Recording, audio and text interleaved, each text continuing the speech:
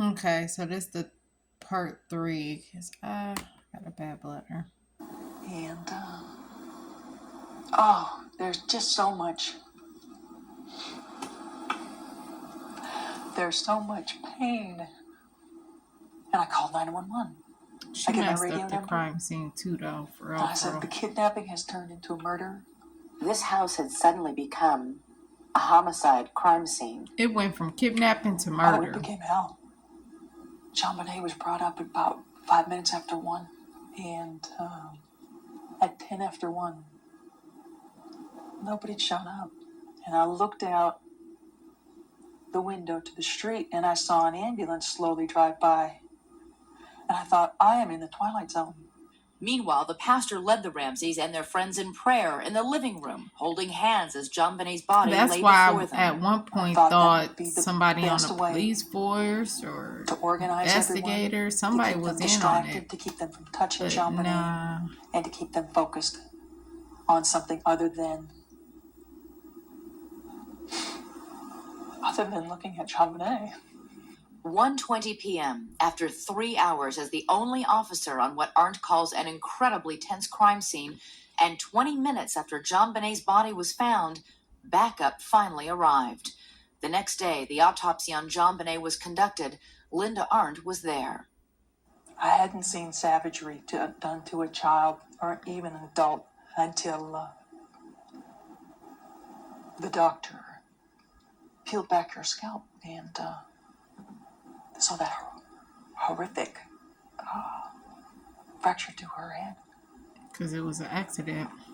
It was the length of her and head. A cover-up. It was 8.5 inches long, and there was something else even more disturbing. She had trauma to her vagina. What kind of trauma? It would be trauma that would be consistent with it was blood. Injuries seen in sexual assault cases. Mm-hmm. Recently?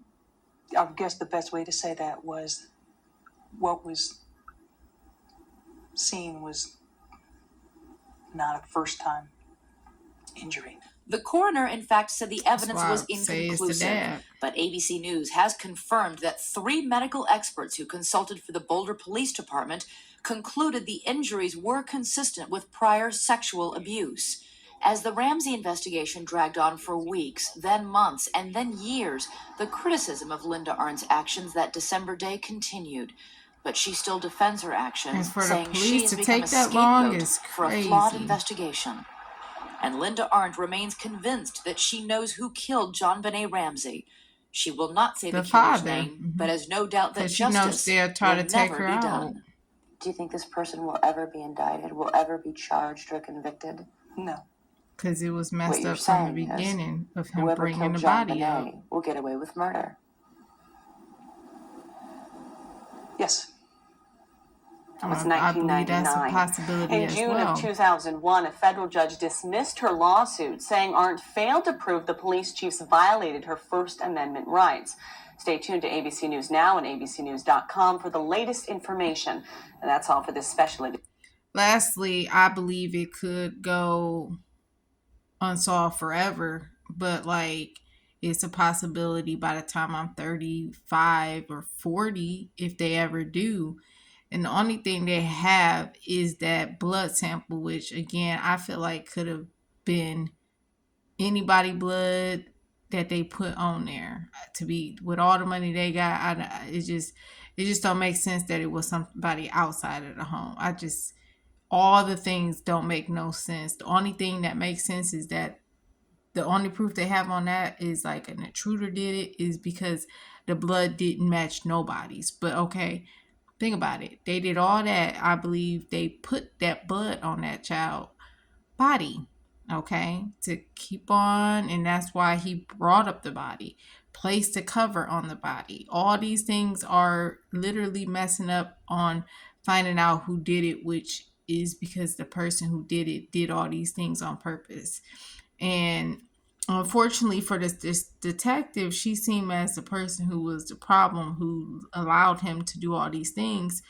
At the end of the day, it took so long for backup, but at the end of the day, I would have waited as long as it was before into them people backup came, the police officers came to do what was needed properly instead of just going ahead and calling the shots. And that's why this person is getting away with murder, is because of her part, but it's also unfortunate because like after so long you got to do something. But in my opinion, it's better safer to sorry to not do